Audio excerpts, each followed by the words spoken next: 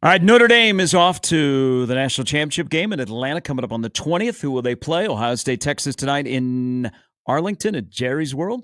Brett Ciancia from his warm, humble abode on this early morning from Pick Six Previews joins us. Good morning. Happy New Year. Hey, happy New Year, guys! And yeah, what a thriller last night. Just the third playoff game in the last 10, 11 years to finish within a field goal, and it was a thriller. Hey, so all of this, because, the reality is there's some narrative talk that's involved when it comes to James Franklin and Marcus Freeman.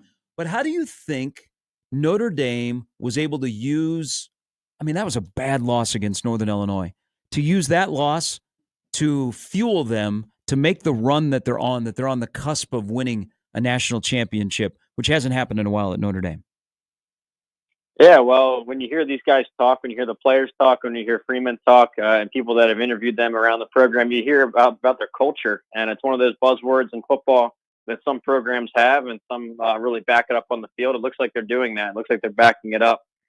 They overcome a lot of adversity. I mean, they had injuries to their star players. One of the best defenders was out. They had other guys knocked out. Offensive linemen were dropping like flies. The point really to this whole story is to sum it up in one possession was the one before halftime when their starting quarterback Riley Leonard gets knocked out. They don't flinch. They bring in Steve Angeli, the backup, and they go down and get a really crucial field goal there before halftime. It was 10-0 at the time, gets that to 10-3 and a little bit of juice heading into halftime. So yeah, very resilient ball club, and they showed that again several times throughout the game. Brett, let's talk about the middle eight. It's a new thing in college football with the 2-minute warning. It's something that teams just really aren't used to. That the last 4 minutes of the first half, the first 4 minutes of the second half. What do you think about what do you think or what makes Notre Dame so good in that middle eight? Why do you think they just have this distinct advantage or understand better how to use that middle eight and manipulate it to the point where the last two games they've kind of won the game in that section? Yeah, good point. Because against Georgia, remember in that middle eight, they forced a strip sack on I almost called him Stetson Bennett on Gunnar Stockton there at the goal line, and that led to another touchdown right before halftime. And then here, like I mentioned with Angeli, they led a last minute touchdown drive in the first half. You get that boomerang effect to start the second. So yeah, with Notre Dame, it's a really well coached team. They execute really well. Everything is game planned perfectly, and they just go execute. So that benefits a team like that during the middle eight. That was really, like I said, a boomerang effect of this game. It was 10-0 Penn State, and then two possessions later, it's 10-10 with all the momentum back on Notre Dame. So just a really strong execution and game planning in the middle there. Hey, what does last night say about both quarterbacks, Riley Leonard and Drew Aller? Well, I think it shows Drew Aller is not really ready for the NFL. I think he'd be wise to come back for another year. Just so many open throws that he missed. There was one on one of the first drives of the game when they settled for a field goal. He missed the guy right there at the goal line. His running back threw it at his back. That cost him 4 points. That was huge. Missed a wide open guy down the sideline. And then, of course, the decision to throw that ball at the end of the game. So he has a lot of growth to make. I think he's got to come back. And that was really the weak link of the game on either side. And for Riley Leonard, I think he's great at what he does. He knows how to win a ball game. He knows when to tuck it and run. He's just really gutsy, and his teammates elevate his play around him. So I don't know what that projects towards the pros, but as a college quarterback in this system, he's excellent. After this run, where do you think Marcus Freeman ranks amongst coaches in college football? Oh, well, that's interesting because you want to look at what he inherited and what he rose them to. Because the thought when Brian Kelly was there and when Brian Kelly left was that Notre Dame can't get to that top tier. There's a cap on how high Notre Dame can get. They can't go contend with SEC teams. They can't recruit in the top five. And Marcus Freeman has blown all those narratives out of the water. I mean, he goes and beats Georgia, the SEC champs. He's elevated their recruiting profile now to a higher level. So he's getting 4- and 5-star players at a higher clip than they've ever gotten. So I think he's one of the best in the country, and he's proving it out on the field. Now a 3-year sample size in the national title for Notre Dame, and really young guy, real passionate guy. The players love him. So in a sport without a lot of guys with national titles on their resume, he's certainly getting close. He's up there. So he is, I've been saying this for a while, and I'm a huge fan going all the way back hell, even at Purdue, but at Cincinnati, where I had a chance to interact with him, he has made Notre Dame likable. He is always really composed, and you can tell how he connects with his players. But there's the Marcus Freeman, and his stock is rising. And I hope for the sake of college football, we keep him in college football. But if I'm an NFL exec today, I'm trying to find out how quickly I can talk to Marcus Freeman. But the other sideline, Brett, we've talked ad nauseum about him. And, it's the reality. You're in a big game, a chance to win a game that matters, to put Penn State into the national championship game, and Penn State comes up short. So you're in that part of the country. You hear a lot about Penn State football. What's going to be the chatter today about James Franklin? Well, I think first off, from the Penn Stater perspective, I've got cousins that went there, friends, a lot of people that I'm close with are Penn Staters, and my phone was lighting up all night. You had guys they had their flights booked for Atlanta. They had it ready to go. They had the green light. They were looking at a national title appearance, first time for them in their lifetimes, most of them, because the last time Penn State made it there was in '86. And so I would first say just utter shock. I mean, you have all the momentum there, 24-17 with 5 minutes left in the ball game, and you find a way to lose it. Not only lose it, but lose in regulation. I think it really stings.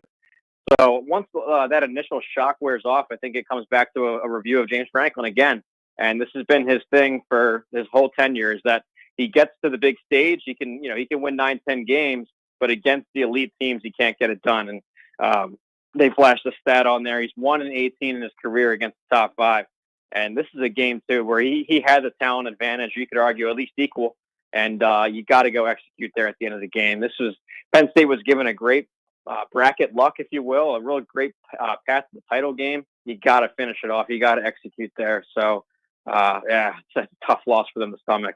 Brett, you have a really good temperature on just recruiting and transfer portals, and especially when you make your college football preview, pick six preview at the beginning of the year. I'm kind of stealing Gary's point here from our conversation earlier in the show, but how in the heck does a team like Penn State not have elite wide receivers? I mean, how do you go to a college football semifinal game and have zero receptions from wide receivers in that? Where has that gone wrong for that team? Yeah, well, I'm glad you brought that up. I had mentioned that Drew Aller was the weak link of the game, and that's kind of not his fault, because really wide receiver at Penn State was their weak link. That's one hole in the roster that's just gigantic. That's why you saw Tyler Warren use so many ways, because they had no playmakers on the outside, and that's a recruiting failure. And this was a special recruiting class for Penn State. The 2022 class, the Penn Staters talked about this for a long time, keeping them in state. They're five-star kids. You saw them everywhere. It was Singleton, the running back, Abdul Carter, the defensive lineman. But anyway, what I'm getting at, it's a team sport. You got to have all 22 spots covered, and at receiver, it was a giant hole. So, yeah, just a breakdown in recruiting. They had a questionable receiver coach a couple years back that got some mixed reviews. I don't know if that plays into it, but, yeah, that cost them. And same how I talked earlier in the year, Ole Miss, they had a hole in their roster running back. They let Judkins get away to Ohio State, and then they couldn't execute in short yardage. They were one player away from, I think, being one of the best teams in the country. So it goes back to being a team sport. You got to fill all 22 spots. Brett Ciancia from Pick Six Previews joining us. All right, let's shift to what's going to go on in Texas tonight. Are we ready to have a real conversation? And I'm not saying you, but this is coming up about Ohio State. Oh, man, finally, look at that. Look at how they're playing. Are we ready to have a real conversation about this is who Ohio State is? They were the best team in college football going in, and after a hiccup against Michigan where they learned a lesson, they have throttled Tennessee and Oregon back-to-back. Yeah, I think we're a little short-term memory in college football and in sports in general. But if you just think back to August, there was really the discussion of two superpower programs coming in. It was Georgia, it was Ohio State. And you could go to Vegas back then in August, and it was even money whether you pick Ohio State, Georgia versus the field. Those two versus the other 132 is even money. So these were very, very distant favorites. Georgia, of course, collapsed, but Ohio State is still the superpower team we thought they were. And now they have the play calling, the vertical passing, the wide open play calling that's going to unlock their talent. And they did not show that against Michigan. Chip Kelly got super conservative and tried to beat him in a phone booth. But now you see them airing it out, and they look like they're unstoppable. So this is the team we thought we had. I think in tonight's game, you're going to have 22 prospects that are projected in the first 3 rounds, and that's not even counting the freshmen. Jeremiah Smith on the one side, and then Simmons on Texas. Agreed. So it is an NFL combine tonight. It's going to be incredible. Brett, I think in preseason, if you said Ohio State is going to play Texas in the CFP semifinal game, you would probably give the quarterback matchup advantage to Texas. Now that we are, well, what is it now, 14, 15 games into the year, we're finally here. What is the quarterback matchup tonight? Who do you think has the slight edge, Howard or Ewers? Well, I think highest ceiling is Ewers still, but he's so inconsistent this year. I look back at his 2023 stats and performance. He's actually declined this year. He dropped in all the major categories: yards per attempt, touchdowns, quarterback rating, which covers it all. He's fallen all the way to 25th in the country in QB rating, which I really like to use. Will Howard's up there in the top 5. And I know a lot of that is the NFL talent he's got around him, but he executes. And I think I'd rather have Will Howard along with that receiver stable, obviously, than Texas. And the key for Texas, like I said, is consistency. They flash a quarter where you're like, wow, this is a national title team. But then they throw you 2 duds where they let the other team back into the ball game. So consistency is the problem with Texas. I think Ohio State is going to win here tonight. I'm going to go by double digits even. Ohio State 34-21. Hey, these 2 coaches that are going at each other tonight, and I'm excited to see Sarkisian calling plays on one side, Chip Kelly calling plays on the other. But there is some chatter yesterday by NFL guys on talking head shows that are pretty well connected about Ryan Day and the NFL. But Sarkisian was mentioned earlier in the week, NFL as well. The 2 guys coaching against each other tonight, did they finish the year in college, or they finish their career in college, or do they finish their career in the NFL? Wow, that's so tough. I mean, the way the sport is changing, you see guys more likely to go to the pros just to get back to X's and O's. We saw that a lot. We talked about that. Jeff Hafley from Boston College, and even guys downgrading their position like Chip Kelly did. So I have no idea what these guys' intentions are. But on the field, you talked about it. He's one of the best play callers and schemers in Sarkisian. But don't overlook these 2 defensive minds too, because this is the number 1 and number 2 defense in the country. Along there with Notre Dame going at it. You got Jim Knowles at Ohio State and Pete Kwiatkowski at Texas. It is going to be an absolute chess match. I can't wait to see it. Have you ever seen a freshman like Jeremiah Smith before, Brett? I don't think so. I was going back and trying to think of this. What's crazy is these awards. I voted on the Blitnikoff. I had him as my number 1 pick. But I think a lot of the voters get really too focused on just who leads the country in receptions. So this guy from San Jose State got placed into the finalists instead of Jeremiah Smith. I think it's crazy. So when they cut it down to 3 finalists, he wasn't even named as a finalist. So, he's incredible. He's drawing already first-round grades if he left tonight. It's impossible as a freshman, of course. But no, I've never seen a guy take over a game like that as a true freshman. So in a long history of receivers at Ohio State, they're already talking about him being the best ever. Hey, we'll get chatter on this. If Ohio State wins tonight, we get Ohio State, Notre Dame. So we get major blue bloods, big game in Atlanta. But it would be the second straight year that somebody from the North would win the national championship.